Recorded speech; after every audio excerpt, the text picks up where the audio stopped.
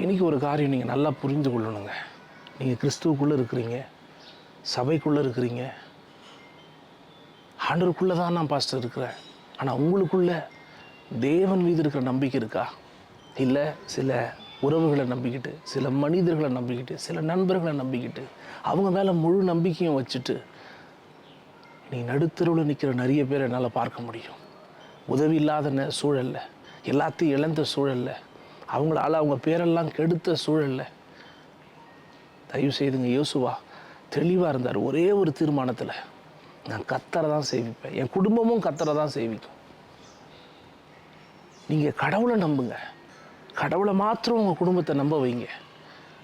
உங்கள் வாழ்க்கையில் நிறைய பேர் வரலாம், நிறைய பேர் போகலாம், ஆனால் அவங்க மேலேயே உங்கள் நம்பிக்கை வச்சுக்கிட்டு எல்லாத்தையும் இழந்து போய் உட்காந்துடாதீங்க.